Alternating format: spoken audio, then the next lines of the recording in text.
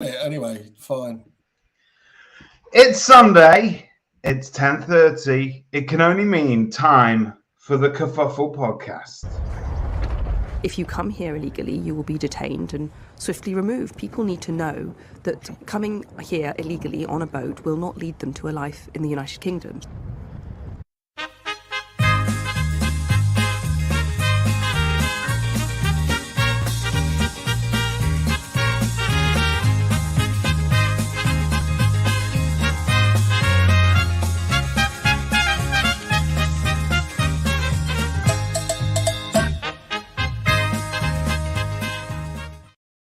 Good morning, good morning, good morning. That's the match of the day introduction you didn't get last night.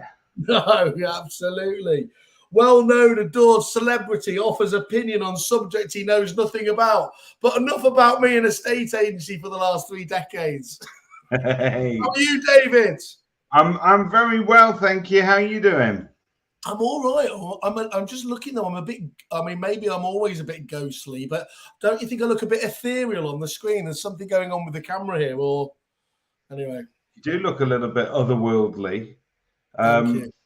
And from your otherworldly perspective, yeah, what do you make of the whole Lineker fiasco? Come on, yeah. Only you and me, anyway. It's all absolute nonsense. Totally caught up by a lack of consistency and a lack of clear definitions, isn't it? The amount of when you look at the amount of people that are making political decisions. Andrew Neil, editor of The Spectator, Alan Sugar posting pictures of Nazis and Corbyn, Martin Lewis, Portillo. I mean, the list just goes on and on and on. And for them to have pandered to that bunch of Tory MPs asking for him to go is I honestly don't. The one thing I just don't understand is how that Richard Sharp is still even vaguely there after all the loaning of the money to Boris and everything else. That's why this for them, this whole Lineker fiasco is so compelling, because it deflects from what they are actually doing in terms of immigration policy. It deflects from what's going on at the BBC, but it's now, I mean, all hats off to everybody that's walked out or refused to work at the BBC this weekend. I think it will elevate this debate possibly a couple of steps higher than what Gary Lineker thinks. And for all of those people that say that Gary Lineker shouldn't draw comparisons with a certain period in history, I'm sorry, but it's a little bit naive to collect. We get my people, we get very precious about that period in history because it's in a class of its own. It's in a sort of class of one, much in the same way that you Liverpool fans get upset about the Hillsborough disaster. But in terms of how that rhetoric would play out today, to me, it's very worrying. If you come from any kind of immigrant background and you ever needed help, why would you allow that kind of conversation to carry on? No, from frontline politicians. And so I think most of the public blissfully unaware, the rest of the public very much Brexited up to the gills and think that this is their Brexit policy playing out across the screens. But we can make it all about Lineker. Yeah, and it's really, really important. I was shouting, as I do every single week, at the TV and Question Time on Thursday, where they'd instantly gone to the straw man argument, and they were going in and saying, "Oh, he's comparing us to the Nazis." He didn't at all. If you read the actual detail of that tweet, it was very, very. I bet it was one of those, not like me, who knocks it out and then says, "I wish I hadn't sent it." He spoke about the language being very similar, and you can't disagree with that. The other thing is as well, for Suella Braverman to offer a surprise, she was told by one of your people, wasn't she, recently at a meeting, to tone down the rhetoric, to tone down the language because of exactly this reason. So you can't start coming back and telling people that actually we didn't have a clue and all the rest of it. But I think, again, it comes back to the whole, people talk about cancel culture and everything else. There is, what are they worried about? I mean, they used to talk about the BBC as being lefty. It's virtually the media arm now of the Conservative Party. That's it. how now could any of us trust a single word that they put out, knowing full well that they've taken this action? I mean, he agreed that he was going to stop. He's not going to talk about it on air, and I think this is the biggest bit of irony. The BBC entirely, in true Tory fashion as well, but entirely inconsistent with their rhetoric, they allowed Gary Lineker a platform on Match of the Day to talk about human rights in Qatar. Yeah. Right? If you remember, he opened up his introduction. He was talking about the worrying state of human rights in Qatar. So don't give the guy a platform to talk about human rights and say that he's not allowed to talk about it when it makes us look bad. Yeah. I thought you might raise this today, so I took just one clip off the old Twitter, and it was a video from 2018 on the BBC website, and it says Gary is not involved in any news or political output for the BBC, and as such, any expression of his personal political views does not affect the BBC's impartiality. And this was when he was talking about the Brexit and the referendum campaign. So that, as they quite rightly said, that was 2018. What's changed in 2023? They've really, I mean, what this is down to, let's be honest, is they just haven't got clear. And anyone who's been into a business relationship or something like that, where you don't get it defined clearly enough, this was kind of inevitable. And so probably the conversation needed to be happening, but it should have been happening within closed doors of the BBC. And anyone, that's really interesting. Whatever issue you are going on as a business, you need to get it resolved. Otherwise, it can overrun the story, can't it? Yeah, it becomes a completely different story. But I think this is dead convenient for them. I think this is the best kind of deflection and distraction campaign they can ever have. Yeah. Meanwhile, you can't buy salad items in the supermarket. I mean, what are we going to do? Yeah.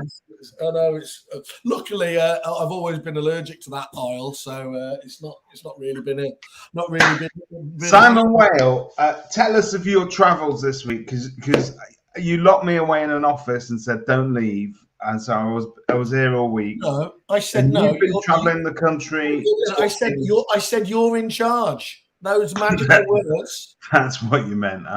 Right, yeah. But you've been traveling the country, meeting the great and good of the property industry. Tell us who you've met, conversations you're having. What's the tone of the discussion? I went down to lovely Gillingham and Maidstone, where even though it's down south, it doesn't have Uber. So I was a little bit shocked in my ivory tower getting down there. I went for the wonderful partnership group, one of Peter Knight's groups, with our software suppliers, where we do the old software OPEC thing and decide how many double-digit raises to launch. That was absolutely great. Always nice to get together with a great group of people. Everyone from kind of like Money Penny, Data Loft. You've got the mortgage guys. We were down with Jamie Bartholomew. So just to sound about things, how we can better help out agents is always a nice. Is always a nice story there. Then I had, what else did I have? I had obviously the Fine and Country conference on Friday. That was a really, really good bash. I think normally they have those back to back, the Guild and Guild of Estate Agents. Yeah, they sort of follow on, don't they? I think I don't think it really does follow on as well. So I think they're splitting it out. Actually, it's great. I mean, just obviously Fine and Country's just got such fantastic agents in there. I think Ben Madden, many people know, won the big one. John Hanford was in there again. All your favourites, your Mark Mannings, your Simon Bradburys. And wonderfully invited by my good friend Mr. Ian McKenzie to see how they do it, and that was great. And you've got some fans that are commenting. This one here says you were lucky you didn't have any important family stuff going on. And a very happy 50th birthday to Simon's partner Rachel. So you know this, David, probably better than I'm not a detailed person. Yes, I did forget that the 50th birthday was whilst I was away at the software supplier group. So don't worry about it. It's only a 50th birthday. There'll be another one coming up soon. No, sorry. And look, I'm waiting to be let in from the shed any day now. So she's It's not like ginger people are not forgiving, isn't it? Or have a long memory or anything. Do not anger them. Do not anger them. So, what's the vibe at the Fine and Country Conference? I've never been to one. Is it more? Is it educational? Is it Yeah, inspirational? I think obviously because it's top end, prime, whatever you want to, a lot of it is so much about the brand. They do some really great stuff, obviously, in terms of as ever, with the charity work there. I think what I love about it is, as every good affiliation group should be, there's a real strong camaraderie. And I think the really uplifting thing for me, there was Malcolm Prescott from Weber's went on stage to talk about Napoleon Wilcox, who was a fantastic Fine and Country, one of the biggest advocates, really, really sadly died. Huge personality, wasn't he, as well? He was going back to, I can already imagine in this very right-wing industry, people shouting at the start of our thing there. But not that you would ever pigeonhole Napoleon as being, a lefty or anything like that. But he had such a fierce right, what's right is right and everything else there. And I know we would have been jumping on Facebook together and having a good thing. So they launched the Napoleon Wilcox Award on Friday, which I think is always wonderful to see people remembering him that way. Obviously, it's a beautiful eulogy from Malcolm Prescott there as well, and the first person who won it over Thomas Morris very successfully, and I think just great to see, obviously, that kind of doing the right thing there. So that was a particularly poignant moment. There wasn't really a dry eye in the house as well. Talking of poignant moments, maybe this is a time to segue to another.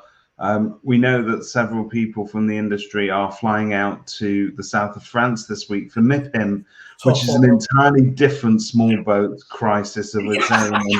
And I just wanted to say to all of those that are flying out there, I get it. It's totally about work. You are being selfless. You're taking one for the entire industry. So yeah, we're talking about you, Ben Beadle. Yeah, I do. I always love. He's very tongue in cheek. Yes, I'm off to work for you people. Do you know what? I don't get FOMO out of many industry events. If you tell me I have to stay at home, I'll stay at home. But MIPIM has always been one of those where I thought I'd love to see what goes on over there. Have you ever been? No, because of course I get seasick standing on a boat in the Thames. So even though it's pathetic and obviously all of those ridiculous yachts and things like that are obviously tied up, I know there would be a Simon Whale incident. So it's not been one I do need to knock it off in my kind of conference bingo thing, but I want to do Inman and things like that in the States before I face the end of level boss with MIPIM. But I'm sure there's a lot of international work to mop up if you get out there. Yeah, that's cool. Never mind that, Mr. Mintz. Let's just skip past events and everything else. You had your own very prominent event. We haven't caught up, obviously, not on podcast. Let's just say we've had a bit on this year, haven't we? So we are. We apart from Gary Lineker, we were forced back obviously on air. But there was the Women in Estate Agency Conference. Yes, yeah. A great supporter of, took a great part in. Congratulations, thought you were absolutely wonderful and lovely, as you always are. But then I'm biased. What did you, to use? I honestly think that they did a wonderful job of pulling it off in such a sort of short period of time, because they weren't organizing this for sort of months and months and months. And I thought that the tone in the room was unique. It was different. It was very different from other conferences. So they promised to do it differently, and they absolutely delivered on that promise. And to me, the fact that the actual conference center itself was actually quite a nice little venue once you got into it. Yeah, very unassuming from the outside. It's sort of you go on, underneath the ground, one level, and they've got this auditorium which is set up. That's how stairs work, by the way, David. Just so you know. That's it. The stairs can go up and down. Those just putting that out there for those stairs fans. But you're having an opinion on stairs there, David. Remain balanced. It looked like, when you looked out at that auditorium, it did look like a special session of the UN, because you had all these people sat at desks and they could, and I thought that was good because it meant it was difficult to shuffle out mid session. So a lot of people stayed in the room. It was well lit. You could take notes. People felt, you could sort of spread out a bit. It was decent, and I thought the mix of content was great. First of all, the different point you made there is the only other one that I felt, and it so often is, it's never just about the people you put on stage, is it? It's about the way that people bounce back and interact with you. And I think for me, it had vibes of the Agent Rainmaker one with obviously Sally Lawson there. And of course, probably no surprise there, obviously Sally, coming from a similar place as well. So I thought there was so much, to use again the RC phrase, energy bouncing back from it there. Everybody was willing everyone on the stage, the stage well. And I think that is the biggest thing. You talk about whether a conference is a success at all. We all know that there are certain people that turn up to conferences and they're being a supporter, but actually they're saying, oh, this is shit again this year. But actually, every person that was sat in the room wanted it. They were willing that on to be a success. So it really, the content turned out to be excellent. But I'm of the opinion that it could have been sub-excellent and still would have got a standing ovation, because this is what people felt that they needed. And they felt that they needed it, that platform. And just, I think, the feedback I've had from people who attended is I know a lot of people sort of went, oh, best conference ever, but there were people who said, look, I think conferences for the future should have more educational content. And it is different, when you take out that mix, the whole, and I know you love awards more than anything in the world, but when you take the awards and competition element out of it, it does become a very, very different event. Yeah. Yes, to go along. I mean, there was elements of almost like a TED talk in there as well, listening to people talking about that. I said to you when the first lady, and sorry, what was you'll remember, what was the first lady on the panel who was talking about the menopause and everything else? Nicola Green. So when it was a panel show, and of course I hadn't bothered to talk to you as I never do about obviously what's going to happen, and so you introduced the panel show and she started off and she went into a really quite long discussion about her terrible experience, misdiagnosis of the menopause, and the 6 and 7 years that she'd lived with this and all the horrible stuff around. And at first I was feeling really uncomfortable because I thought, hang on a minute, if this is a panel show, they're meant to bounce back and you're meant to get 1 minute here, but actually then when I realized it went on to the next lady who spoke about kind of well-being, and well, obviously I don't listen too well to people who talk about looking after yourself well. Stephen Brown was obviously there as well. I found that format really, really refreshing in terms of you were able to do it justice without feeling the need to just drag somebody in and just have a chat about something. Again, going back to the Gary Lineker or me, we didn't actually have anything about. And again, I suppose if there was one criticism, I went in there, of course, feeling absolutely smug. Wokey whale, doing the right thing. I thought, I've always done the right thing, and then I was actually obviously really, really surprised that there were so many obviously men in there, and that was absolutely fantastic to see all the supporters obviously who were going along wanting to show the support for it as well.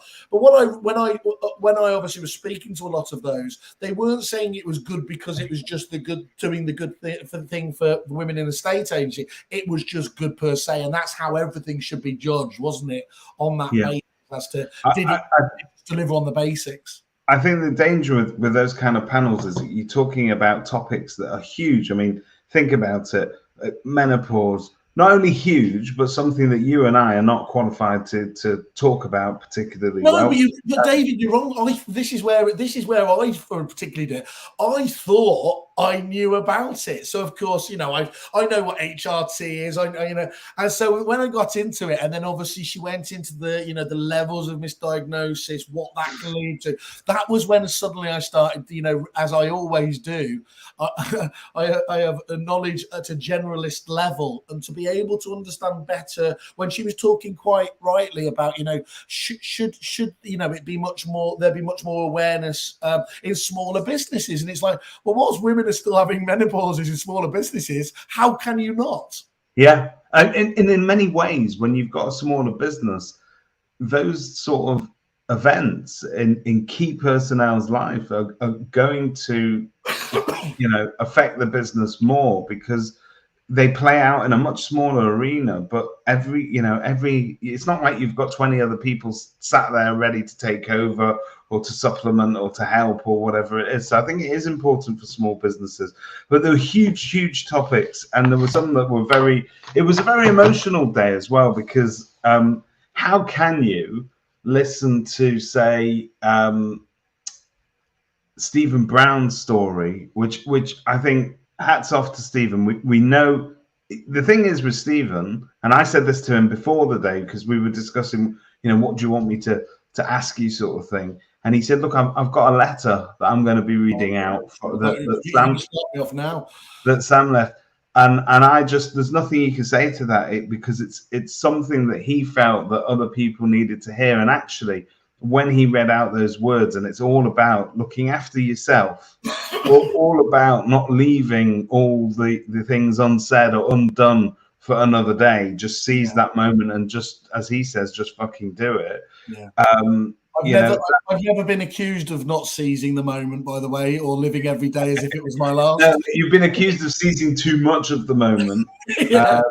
But I think that sort of resonated with everybody, because I think that is something that, dealing with grief and that emotion, we're all guilty of putting stuff off. We're all guilty of not sometimes fulfilling our absolute potential, and we take life for granted. I thought Amy Shields' section, where she talked about anxiety, and everybody got to their feet to do that practical sort of breathing test that she did. I thought that was, you don't get that at events. Let's be honest, that enforced extra hard breathing was probably why half the people ended up with, ironically, man flu. Blow in, blow out. For me, the absolute sort of standout moment of the day, and I think this is probably the same for most people, was when Claire Yates took to the stage, and she shared her story again, but in a very different context. Because perhaps I think I've heard the story as many people in the industry did on Chris Watkins' sofa in that interview. And she went into sort of further detail on stage, and she told the story of how she was raped. People prefer to use the term sexually assaulted, but it was full on, from that story. And I think there was some advice that she gave to the men in the room, which was the bit that, to me, that was just, because we all go to parties, to do's, to whatever, where somebody will have one too many, and they'll either say something or do something or touch something that it shouldn't be touching. And it's what we all do. Do we just go, it's him being him, or do we actually say, listen, mate, that's got to stop, and it's got to stop now? I had a bit of your fantastic new program that you were doing the other day, and you had Megan on, and you were talking about this subject, and I thought, and you know what, apart from as I went through and I had tears in my eyes and said, that's my fellow, I love what he's doing, I had a bit of a problem with actually you and Megan talking about this. Whilst I agreed entirely with the rhetoric, and you were obviously reiterating what you're saying now, I don't know whether it was you or whether Megan said, oh, he's getting a bit handsy. Now, it just sounds, that's such a cop-out. It is. Well, I'll tell you something. So it's interesting. As she was saying those words, I thought back to a very recent incident where I was sat on a table, there were some women there, and a man sat down, and he put his arm around And whatever this bit of a woman's body is, you may refer to it as the love handles. But he put their on me, it's a fat back. But you wouldn't put your hand there unless you were extremely comfortable with that person or familiar with that person. Yeah. And afterwards, I didn't think anything of it when I saw it, because I just thought to myself, well, okay, those two people clearly know each other very well and they're very comfortable with one another. And afterwards, I said to the lady, I said, oh, I didn't realize that you and so were so close. And she said to me, I've never met him before. And so to me, that was a moment where I, as a male, should have been more attuned, perhaps, to noticing that her body language wasn't accepting, that in actual fact, she was deeply uncomfortable. And I should have perhaps challenged it myself, but I didn't. But after Claire's words, I don't think there'll ever be a moment where I'm totally comfortable with it. And I want to just say one other thing, which is not everybody knows about. But immediately after Claire's segment, there were a lot of women that exited the room in a hurry. They were very upset. And I went outside where there was a sort of a group of smokers around that door. But there were literally women pouring out of there who had very similar experiences, and that hearing it from Claire live on stage, if you like, sort of triggered it again. But they all got to tell their story that day, and I think that doesn't happen normally at conferences, and whether you like it or not, that delivered. It delivered. Let's just pop up Megan's points here, because she's making the points here. Can we also say that Claire Yates stressing the men in the room was so powerful? But she goes on to say, quite rightly, this is the point, Simon. I've had multiple people say, so-and-so is handsy after a drink. And that was the start of a slippery slope that we didn't call him out at the time. I think so, but here's the thing, Megan. All I'm saying on the subject, and they agree entirely, is that almost by calling it handsy, doesn't it? It lets them off, because it's almost a fun name by itself. And of course, if this is such a serious subject, then it should be called out for what it is. And I can't believe I'm saying this, because obviously, it's not me trying to be wokey or anything about that, but that why, for me, things like the Women in the State Agency, the group and the movement is important, because I think it's absolutely vital to have these kind of discussions about what you term appropriate there. Because here's the other thing as well, isn't it? I can well imagine loads of men shouting at the screen and saying, hang on, he put his arm around her, he might not have meant anything by it at all, there was nothing sexually overt and everything else. And so just the awareness of what is still appropriate, even if you weren't meaning anything, that conversation needs to be had to educate men just to act properly, don't they? I think if you're ever, because this is a very, so there's a lot of people watching this who are a certain type of person or male that will be going, oh, look at them, they're going all woke and they're agreeing with it all. But I think the absolute, to anybody that's worrying about whether or not they are the right side of that very, very difficult tightrope that we all need to balance, think about it in terms of if it's your daughter. That's all you have to do. Are you comfortable with somebody getting that familiar with your daughter under those circumstances? And if the answer to that is no, it's time to step up, definitely. And I think that is the acid test to me, and when you ask men that question, they take it very different. Oh, well, you're talking about my daughter. Well, that's different. Yeah, and you're not as reasonable all of a sudden.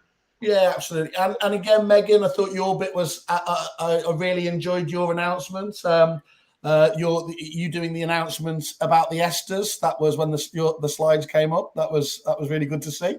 But your one about personal brand was a really good story, as we always knew it was going to be. So I thought that was, and I thought Els was great as well, doesn't it? It was good. I don't think there was a bad speaker at all that day. It was all, it was very good quality. So that's off. Looking forward to the next one. And as you know, there can never be enough conferences, David. That's the one truth. I'm just going to cover off these last two comments from Megan, but she said, I just want to put some apostrophes into this sentence as well, because it says, I told David off. No, she told David, off air, about a particular person who I was told was handsy, who I ended up putting somebody in a taxi to avoid being subjected further. Years later, that person turned out to be a rapist. Whereas when women warn women, we say how it is, but I'm guilty of not calling it out. People, for it is just warning. Okay. Cool. There we go. Yeah. There was some announcements that day, but it was good. It was, and also actually I have to say, supplier involvement on the day was very sort of muted almost. It was there just to support. It wasn't rammed down your throat. There were some people that had stands. I thought the Right Move area where you could write things on that wall, I thought that was a really neat idea, actually. And look, they need again, although it's maybe a drop in the ocean to them, you still have to go out of your way to do it. The fact they rushed in and sponsored and became platinum sponsors or the main sponsors, whatever it was, from day one, needs to be celebrated, because if they are backing stuff like that, that's fantastic. And they do have that. Is it Find You're Happy or whatever else? That couldn't align anymore, could it, with whatever everyone was trying to talk about that day, really? Yeah, no, I thought it was a very healthy day. It was cathartic. I think we all needed it, and yeah. So what else are you watching at the moment? Because I've been really enjoying the Mr. Watkins Stats show. I think that's been have you caught any of those? Yeah, I've been watching those. I had on that other show that I was doing with I had Matt Baldock on. We were talking about the relevance of those stats, and you love stats and all those figures. I know that. No, I don't understand.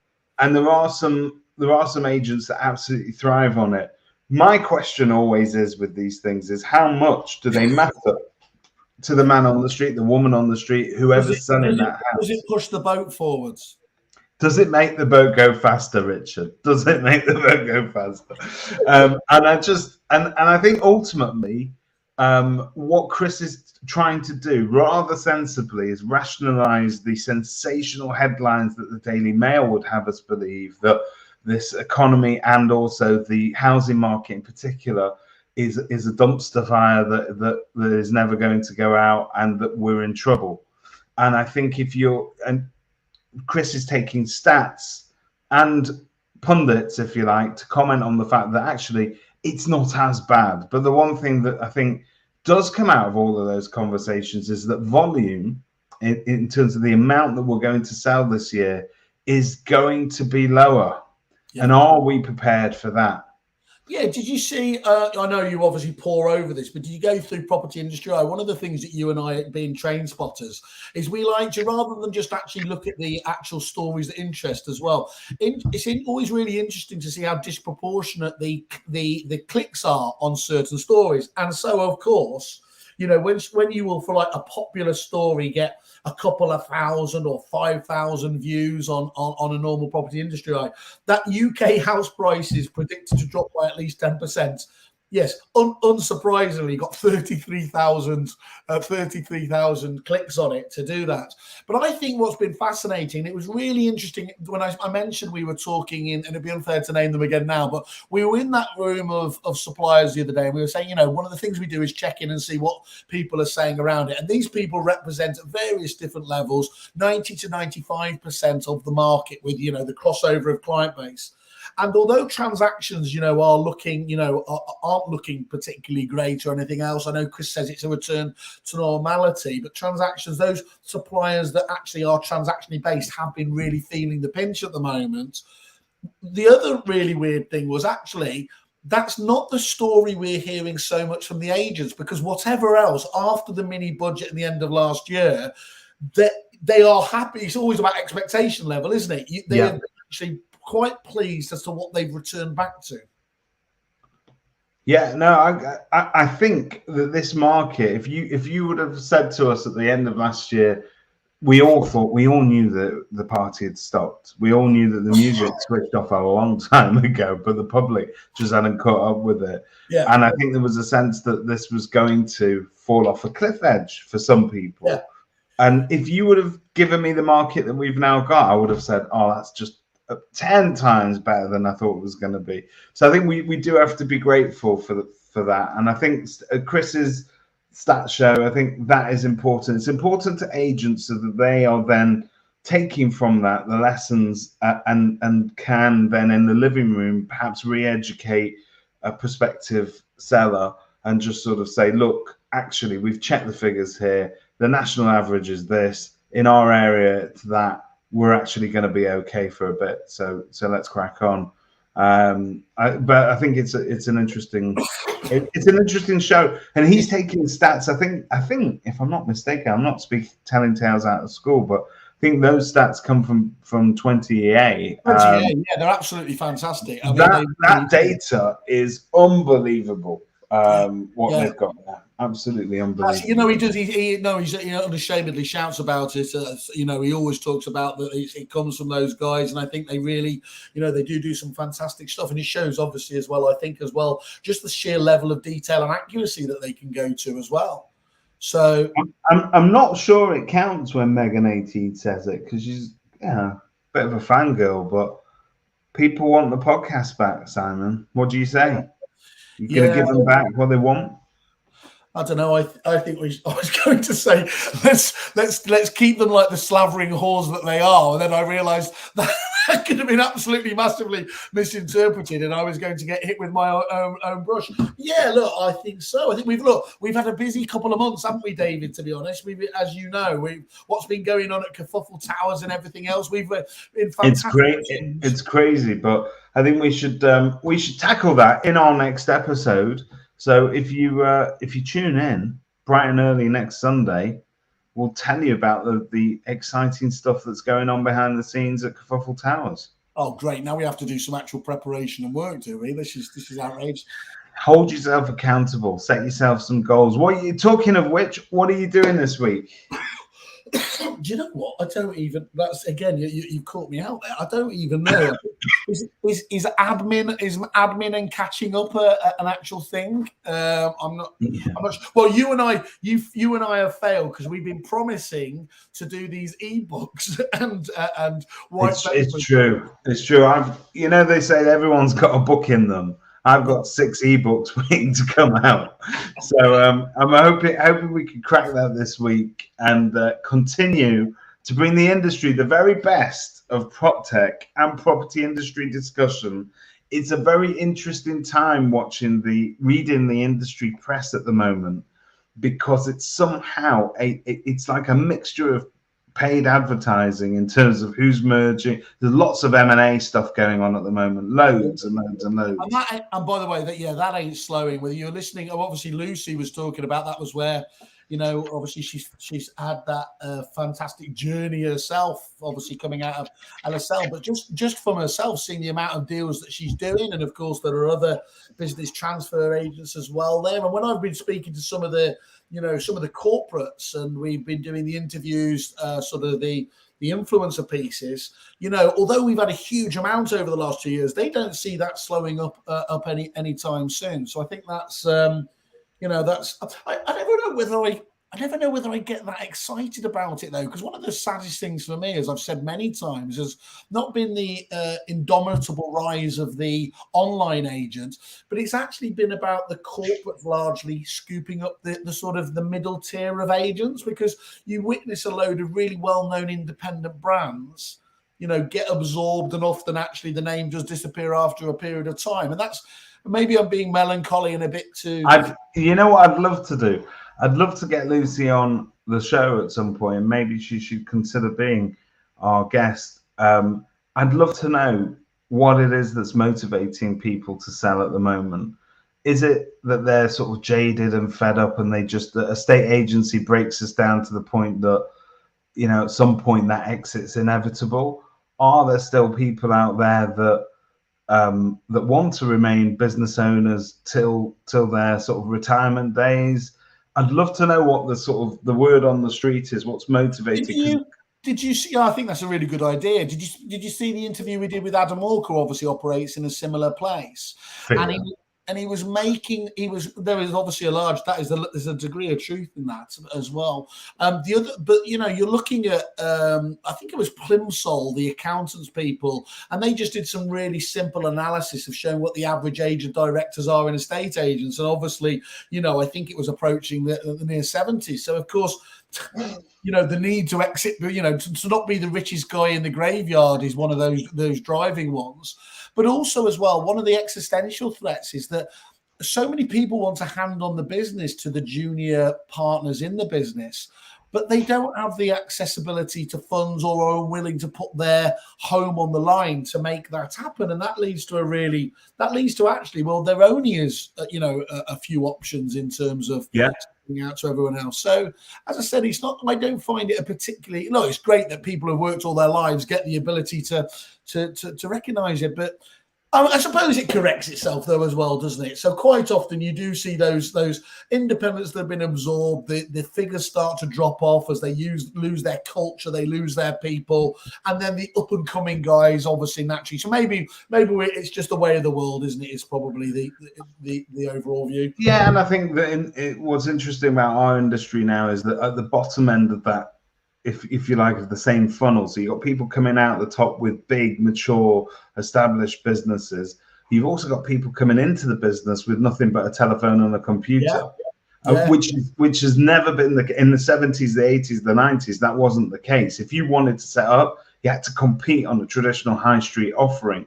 And I think the barrier to entry into our industry now is lower than it's ever been before. Yeah. I had a really interesting MOT this week at one of our supplier MOTs where we sat down, and it was a lovely fellow up in Glasgow who'd started an own up, and he literally was doing exactly as you said, telephone. You know, he'd obviously set up Rightmove and everything else.